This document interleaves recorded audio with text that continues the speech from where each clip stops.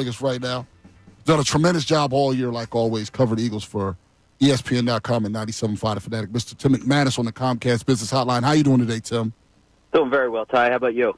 Man, I'm on top of the world right now. And I got to ask you, you had caution throughout the year. You knew this team was good, but it sounded like you were always cautious.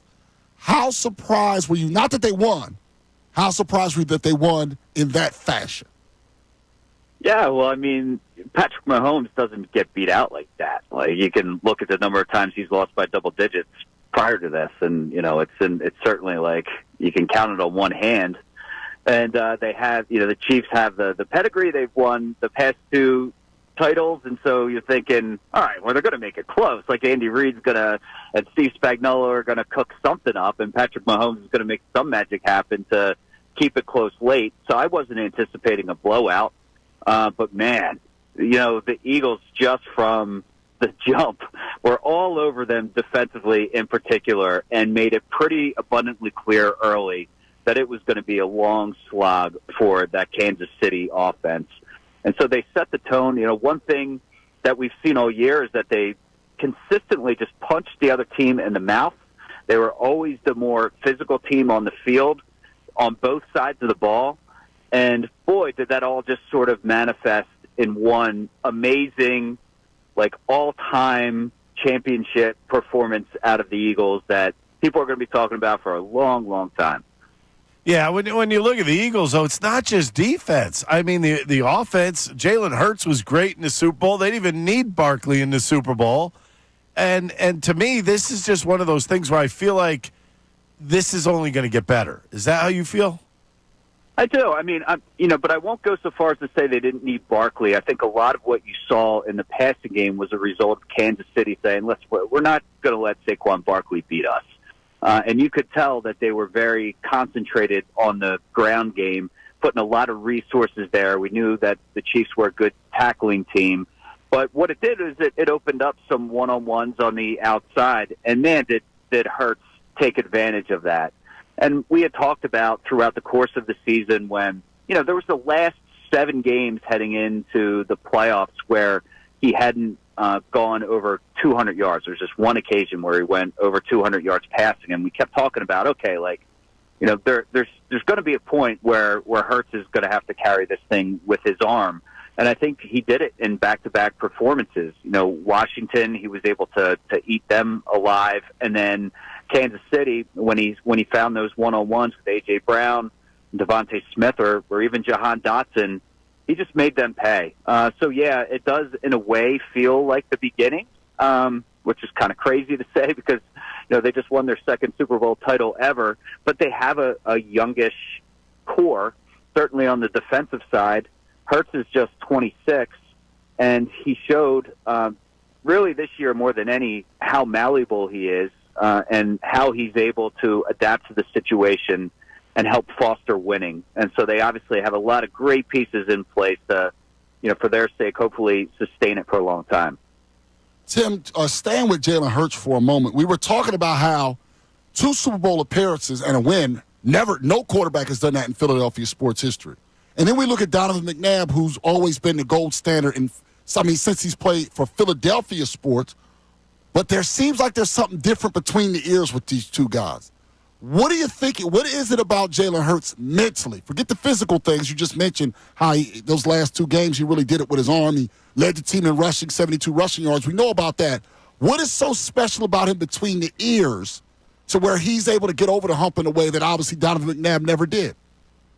So there's a couple things that stand out, and I can't really speak to McNabb as much. I watched him growing up, and wasn't covering him. But with Hurts, the first thing that stands out is this is all he really focuses on. I mean, and there's so many players that are dedicated to their craft, but whatever that is, it feels like Hurts takes it up to 7 notches where it's an absolute obsession for him. And then I would say that the other part is the way that he is wired and fueled, and it's just really interesting. He's had a very unique career starting with his college, and I heard him talk this week say basically that national championship game in which he was benched in favor of Tua when he was at Alabama, really helped shape him, and he wouldn't change it for the world. And there's been all these different things that have sort of happened along the way, really starting with that benching. And then there obviously was the other big mark where he came up short against the Chiefs the first time around in the Super Bowl, and the way he is kind of fueled by that. So there's this intensity with the way that he goes about his craft, added with this fire of taking any slights or shortcomings and using them and kind of weaponizing them, that sort of culminates in this product that you see of somebody who just consistently is grinding to get better and has obviously hit a new height this year. Yeah, Nick Sirianni has been through a lot in a year. I mean, it's been pretty incredible. How would you look at the ride it's been in the last 12 months for him? Man, I mean, it felt like he was almost fired. Like, when we were talking this past off season where they had collapsed and they had dropped 6 or 7, Ricky, and both both the offensive and defensive coordinator get fired. The Eagles take 9 days before coming out and officially signaling that he was going to be back. And so that right away just put him on some tough ground to navigate, add on to the fact of, reports of, okay, it was really Howie Roseman that was hiring the coordinators. They're looking into Bill Belichick. He was the one that was the steward of the collapse. Like, all those things put him in a tough situation. Now you're breaking in a new system offensively and defensively. Gets off to a rough start, 2-2, shaky. People start questioning whether he's long for the job. Then they come out of the bye, shaven head, arguing with fans on the sidelines, weird press conference post game. Like, which way is this thing going to go? And then steadily from there started to stabilize a couple bumps in the road. But through it, like they kept winning games and rattled off 10 straight. And I think as the year got better, Sirianni got better. I think that he showed tremendous growth throughout the course of this year. We know that he's an emotional guy, but the way that he was able to channel that properly. And I remember, Ty, you asked him before the game of, like, you think he's going to cry, before, thinking like that emotional, before the game. You just see him with a different type of resolve on the sideline this time, where it seemed very like laser focused in business, and the emotions got channeled in the proper place.